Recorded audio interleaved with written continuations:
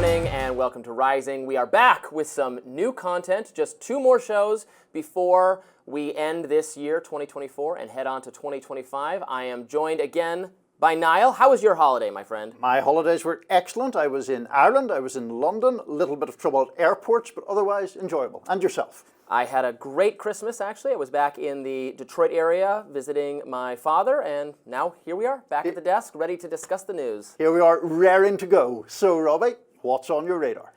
Well. While we were all enjoying Christmas and other holiday traditions, disagreement broke out on social media between 2 factions of the MAGA movement. One faction is the libertarian tech right, my side, led by Elon Musk and Vivek Ramaswamy, which supports the H-1B visa program, a program that facilitates high-skilled immigration, which is a major boon for the tech industry.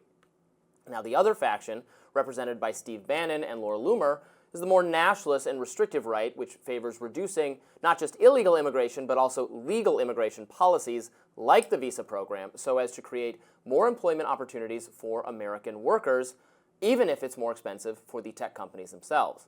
Now, this debate started after Trump named Sriram Krishnan, a venture capitalist and popular tech podcaster, to be an advisor on AI policy. Krishnan was born in India and moved to the U.S. through a visa program, different program.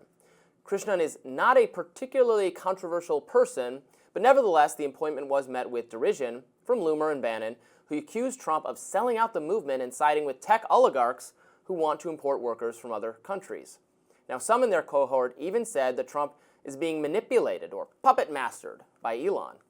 And the mainstream media loves that narrative. Why? Because liberals in the media want to drive a wedge between Elon and Trump. They know that this partnership has been very successful for the Republican Party and will continue to be so. They want to promote the idea that there's trouble in paradise, that Musk is wearing out his welcome, and that Trump is going to eject Elon from his orbit. They think, without Elon, Trump will be more manic and ultimately more ineffective. That's why you see so many fact-free articles like this. Trump bristles at Musk's rocketing profile, says CNN. Friendship timeline, why Musk and Trump could drift apart, says Axios. Elon Musk's biggest conflict is with Donald Trump, says Reuters. Democrats are playing the exact same game as the mainstream media, of course. They want Trump and Elon to fight. But guess what? Sorry to disappoint you, Democrats, but the Trump-Elon bromance is continuing. After days of fighting about the issue on social media, Trump told the New York Post he agrees with Musk on the visas. Trump said he supports visas for high-skilled immigrants, saying, quote, I've always liked the visas. I've always been in favor of the visas. That's why we have them. I have many H-1B visas on my properties. I've been a believer in H-1B. I have used it many times. It's a great program. Trump evidently understands that in order to be America first, America has to be strong, and to be strong, it needs high-skilled immigrants.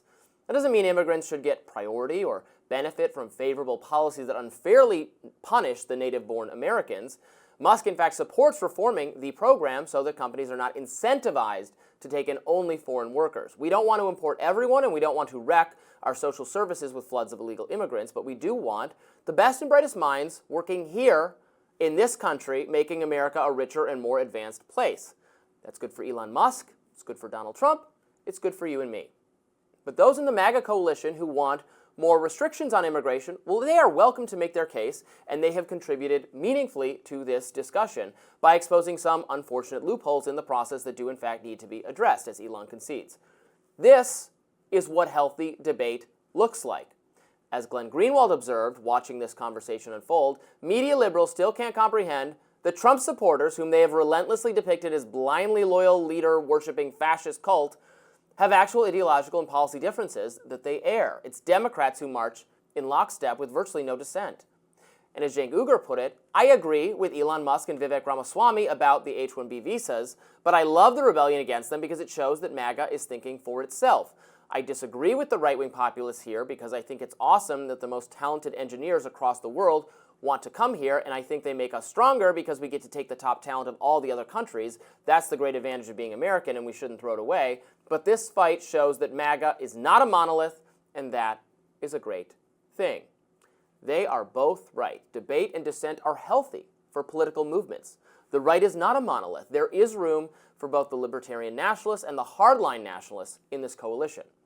and we're going to hash out our disagreements as it unfolds. But if you think Trump and Elon are about to break up any minute now, doesn't look like that to me. Sorry. So here we are. This was a really raucous debate unfolding while we were off last couple days. Lots of conversation about this on social media. We're going to talk about the details of the policy more closely, immigration, in a little bit. But what did you make of the conversation unfolding?